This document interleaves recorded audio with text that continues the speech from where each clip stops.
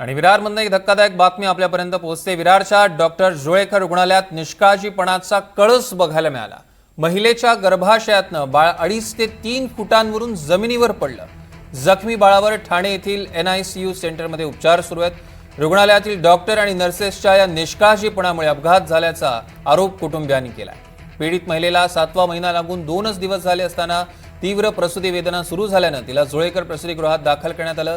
महिलेनं आणि तिच्या नातेवाईकांनी वारंवार रुग्णालयातील परिचारिकांना डॉक्टरांना बाळ बाहेर येतंय, वेदना असह्य होतात असं सांगितलं, परंतु रुग्णालयातील कर्मचाऱ्यांनी डॉक्टरांनी या गंभीर परिस्थितीकडे पूर्णपणे दुर्लक्ष केल्याचा आरोप करण्यात आला।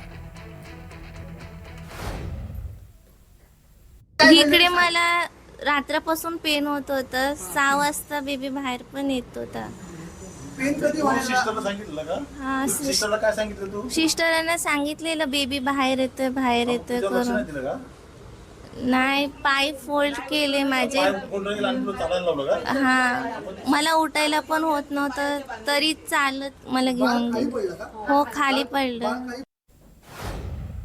घडलेलं हे का माझी बहीण आली होती ते हॉस्पिटलला, तिला पेन होत होता। डॉक्टरांनी ती सांगते, सिस्टरांना पण सांगते का मला पेन होते, मला बाळ बाहेर येते, तरी हे लोक लक्ष देत नाही। डॉक्टर चेकअपला येत नाही, फक्त सांगतात धीर दे धीर दे।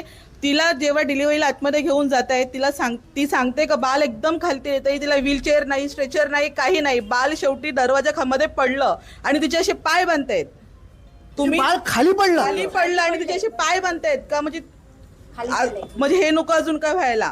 ती वरडते जोर जोरात, तरी आम्हाला ते डॉक्टर शांत करतायत का राहू द्या, सगळं ठीक आहे ठीक आहे। पण असं हे थोडी चालणार आहे। आज आमच्या सोबत झालं, उद्या अजून कोणासोबत होईल तर त्याचं जिम्मेदारी कोण? आता आमच्या बालाची जिम्मेदारी घेणार कोण? आता त्याला मार लागला आहे, त्याचा हॉस्पिटल NICU मध्ये ऍडमिट आहे, त्याची तर जिम्मेदारी घेणार